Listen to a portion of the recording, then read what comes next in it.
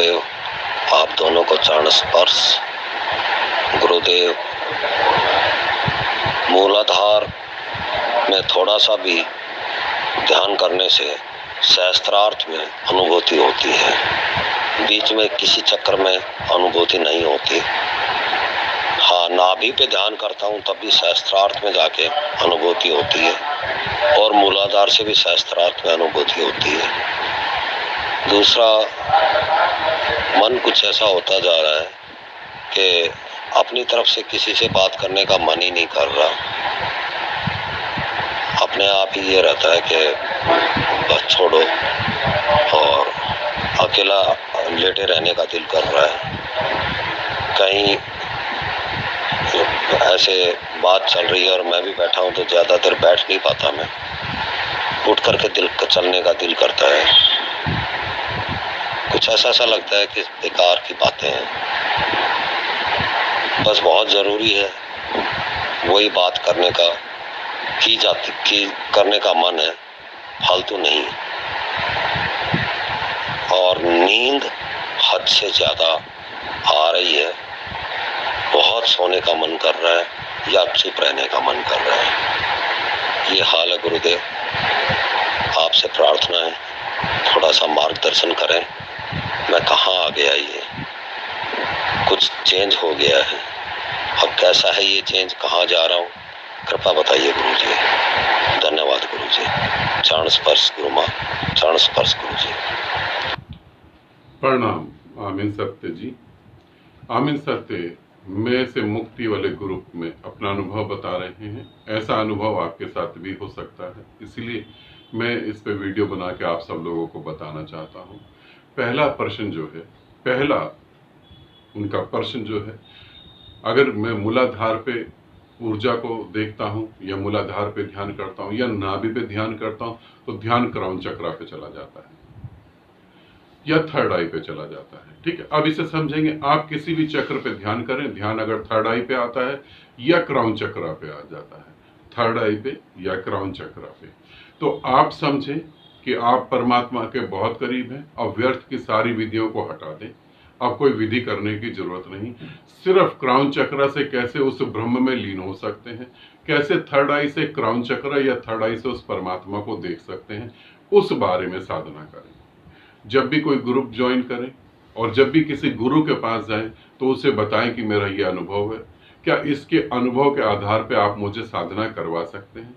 Yes तो अच्छी बात है, नो तो फिर कहीं और चले जाएं। ठीक है, फिर समय बेकार नहीं करें, क्योंकि जिनकी ऊर्जा क्राउन चक्र और थर्ड आई पर आकर टिक गई है, अब उनके लिए जो है अगर वो कोई और साधना करते हैं तो समय खराब करने की बात है। दूसरी बात कि किसी से बात करने का मन नहीं करता, लगता है सब कुछ बेकार है और सभी बातें बेकार की हैं।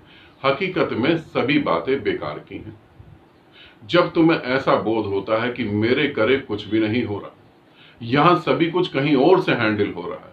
तुम बच्चों को बनाना चाहते हो ऑफिसर, बच्चा बन जाता इंजीनियर। तुम बच्चों को बनाना चाहते हो डॉक्टर, बच्चा बन जाता वकील।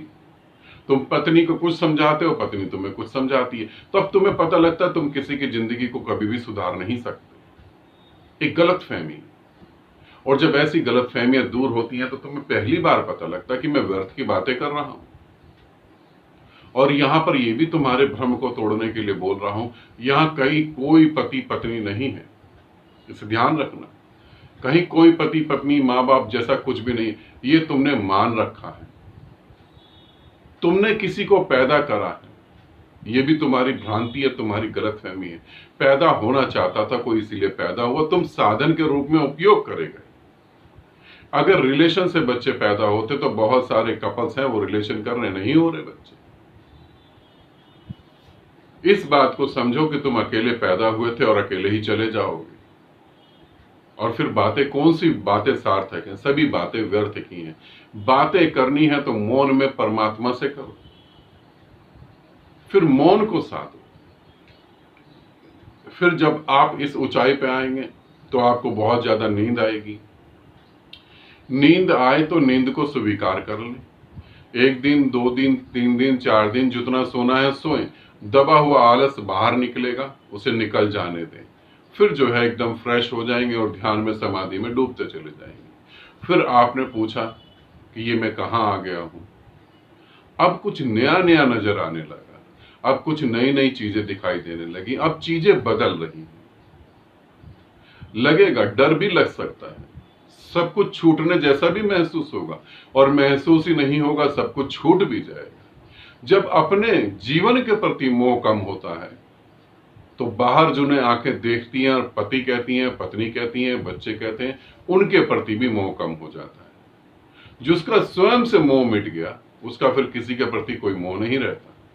जैसे जैसे मौन होंगे ये चीजें प्रकट होने लगेंगी, ये चीजें प्रकट होने लगेंगी। यूं कहूं कि आमीन सत्य तुम्हें हर सामने प्रकट हो ही रही है। अब ये मैं कहां आ गया, अब तुम अपने घर पहुंच गए, अब तुम उस स्थान पे पहुंचे थे जहां से पूरी यात्रा चालू हुई थी, अब तुम वहां पहुंच गए हो, तो अब उसमें ठहरो। जैसे मैं हरीश जी को बता रहा हूं, तुम उसमें ठहरो, ऐसे तुम ठहरो, उसमें मौन में ही डूबो।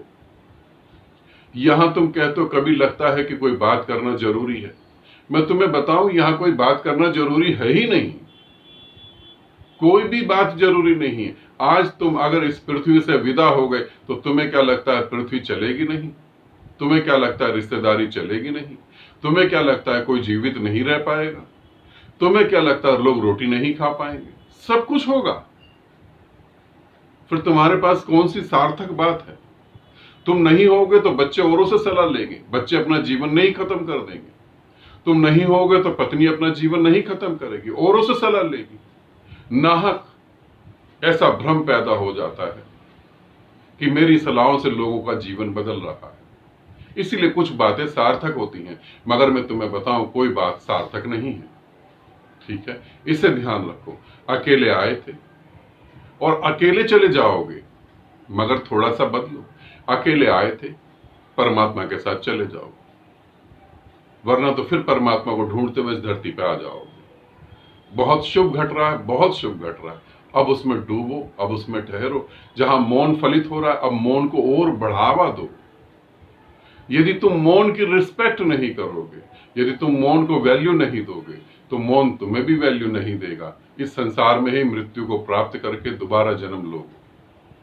ये ध्यान रखना, तुम परमात्मा को वैल्यू देते हो या अपने संसार में रहने वाले लोगों को वैल्यू देते हो या अपने अहंकार को वैल्यू देते हो। ठीक है, आनंदित रहो, सदा खुश रहो। बहुत बहुत प्रेम आप सभी को।